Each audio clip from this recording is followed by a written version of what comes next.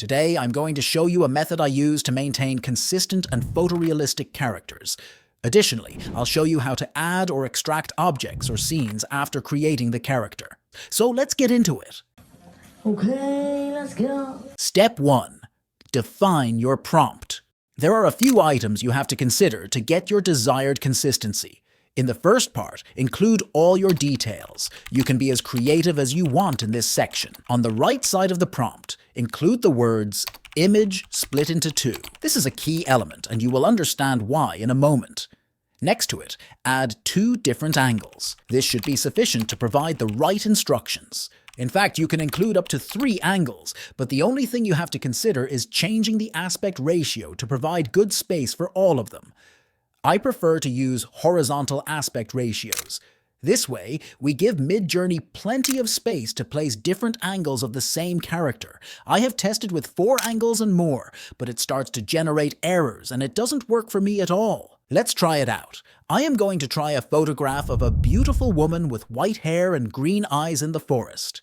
I am also considering using Nikon camera lenses to achieve a soft shadow effect, and I am opting for a 6:2 ratio. Since I am using 3 angles, I will leave the prompt in the description so you can try it with your own character. Let's give it 3 other tries so we have more options to choose from. I think I like this one, so we go to the Step 2. Once we have our desired character, we can start playing with her variations. We can use the very strong option, so Midjourney has freedom to change angles and postures. As always, you have to give it couple tries to make sure you get similar girls. Sometimes it creates these black frames. This is due to the aspect ratio, but we will fix that in a moment. Let's say we want to render more details from her, for example, her body. There are a million ways to do it, but I will show you 2 different methods. The first one involves clicking the arrows down below in the direction we want to expand, and it will expand all the bodies at the same time.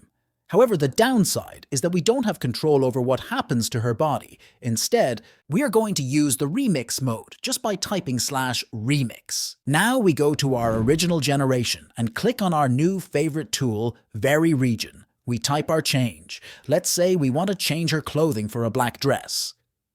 Now, remember here we have 2 options.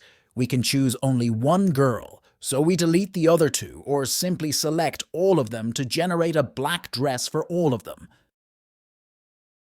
Looks dope, right? Now we just expand it again in the direction we want. Remember, the best details work on the original generation. After that, you can use Remix with each arrow as many times as you want. However, Midjourney is not the best at expanding the same image over and over. Instead, Photoshop Generative Fill works best for this.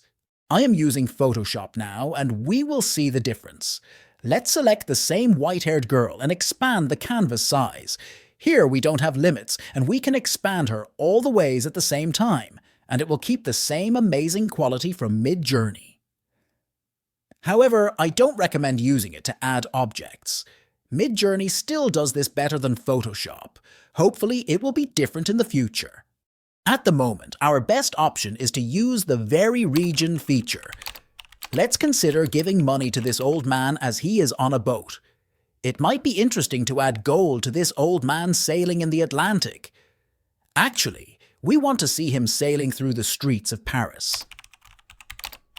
Both outcomes are amazing, and of course, you'll need to try with a couple of tries here and there to test different details. If you want to create these types of characters and haven't yet defined your style, you can watch this video where I explain everything about establishing your own style.